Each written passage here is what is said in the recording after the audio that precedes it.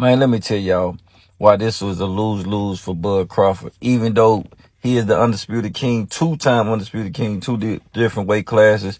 Pound for pound, number one, without a doubt, absolutely demolished Errol Spence. The reason why it's a lose-lose situation for the king of boxing right now is because even if he beat the brakes off Errol Spence, which is what he done, he beat him conventionally, they was gonna say, "Hey, Errol Spence he's dehydrated. He's not hydrated enough. He didn't seem right. It's the car wreck. It was gonna. He had a million excuses already laid out. Errol Spence himself made no excuses, but the people around him, everybody else, made a million different excuses, and we knew that this would be the case. But excuse me, in an encounter that he had with Errol Spence some years ago when they talked about the fight, and Bud described exactly what would be said and what would happen after he beat Spence. He said it himself, and this is exactly the narrative that they spitting out at this moment right now. A lot of people spitting this out. Even a lot of professional boxers, they're saying, hey, this is not the same Spence since the wreck, since this the same Spence that beat the brakes off Ugas badly. What it is what everyone that has the right boxing IQ or the right boxing eye that's not looking at the bias has been saying for years is that Crawford is a better technical fighter. People thought that Crawford didn't have the power, but Crawford is a go-getter. If he see you hurt, he will finish you. His last 10 fights none of them have went the distance. He said Spence would not go the distance. He did not go the distance. Once Bud said he was hurt, he was in attack mode. But like I said, it's a lose-lose. It's a win, but it's a lose to the public eye. But who cares about the public anyway? Because they're going to judge you for what they want to judge you anyway. Everybody have favorites. Of course, I'm Team Crawford. Win or lose, I would have looked at them the same. So it is what it is. But even if Bud loses, and then they wash him even more. Oh, he's a paper chap. He's exactly who we thought he was. He hasn't fought anybody. But has anyone ever took the time to think that he's that good that anybody he fights, he makes him look like nobody? You don't think that's true? Look what just happened to Spence. Spence looks like he could. He looked like he wasn't even a champ. Spence looked like he was like a bottom tier amateur fighting Bud Crawford. After he felt that jab was so stiff, it was so precise, so technical. He boxes from so many different angles. That Spence thought he was getting hit by sledgehammers. He thought it was more than one person jump. I watched Spence turn around and look at the crowd and say, "They jumping me." And his corner said, "That it's only one person." He said, "It can't be.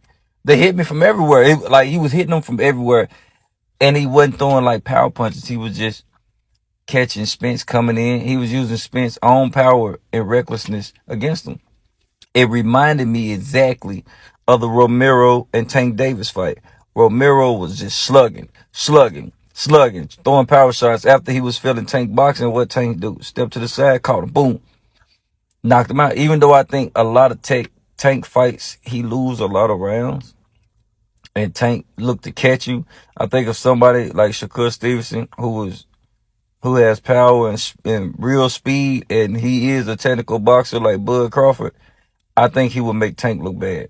I think Tank start off in the early rounds would try to slug Stevenson. Stevenson would keep him at bay at distance. He gonna touch him, but he will ultimately make Davis look like a child, like an amateur.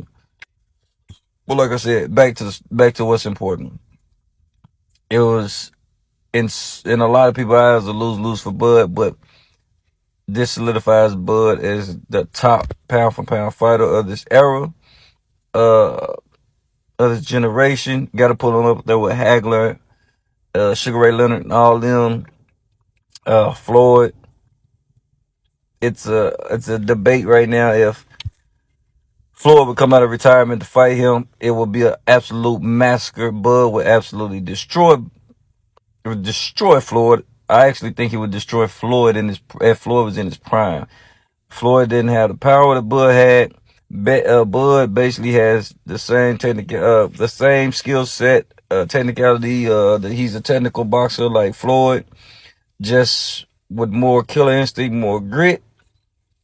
I think this might have been a tough one for Floyd. I don't know. I think Floyd might he did this right. Bud might do Floyd real bad. Uh, but that's for another segment, another little ski. But I'm gonna get on that though. But yeah, anyway, lose for Bud. At the same time, it's a win-win. He win. You can no longer. He already won. You can't no longer argue that he's pound for pound number one. Should he go after Charlo? I don't think one of the Charlos is gonna make it past Canelo. I think Canelo finna punish him badly. Badly. 168, Bud said he's not going up there. Canelo too big. Now I think, so whoever, Bud go up to 154, whoever holding the belt at that time at 154, take that belt. 3 division champ. I feel like he had 2 fights left and then Bud should retire. He's not even chasing 50. Who cares about the 50? You know what I'm saying? He could have took 2 or 3 fights a year, tuna fights like Floyd did and all kind of crazy fights and could have easily got to the 50. I don't think it's about that. It's about legacy. He was securing himself financially. Also, Earl Spence. This was a perfect play for both of them. They got a rematch clause, so they're going to get paid again. People saying they don't want to see it, but actually they really want to see it because they want Earl to show more fight, come back, and I think it will be a better fight. I ultimately think Bud will retire Spence, and I think that was part of the plan anyway. For them to either have a trilogy or a rematch. Both of them get 20 plus excess of 20 plus million and retire. Both, you know what I'm saying, sitting at a hierarchy. So I think that regardless of how it played out, both of them had a plan. So I think Crawford plan is to rematch Spence, then go up and challenge for the 154. Will he defend it one time? I don't know. Does he need to? No. If he wins at 154, he'll be a 3-time divisional champ, undisputed champ. Get it, man, and just retire. After that, retire. There's nothing else to prove. Nobody probably won't beat that record. Not like that. Or you're the first one to do it. So if anybody else joins 3-time undisputed, first of all, you're already the first one to do it like that. So if anybody else join you, then they're just joining your company. You know what I'm saying? Your greatness. So you already got to prove what you need to prove. But maybe 2 fights, man. Call it a day. Retire as the king. You already the king. Win or lose, you already done did what you need to do. So there's nothing else to prove. Spence, get well. You took a ass whooping, ungodly. It was ugly. Made you look slow. I'm not gonna say something ain't right, but something ain't right after that ass whooping. That's for sure.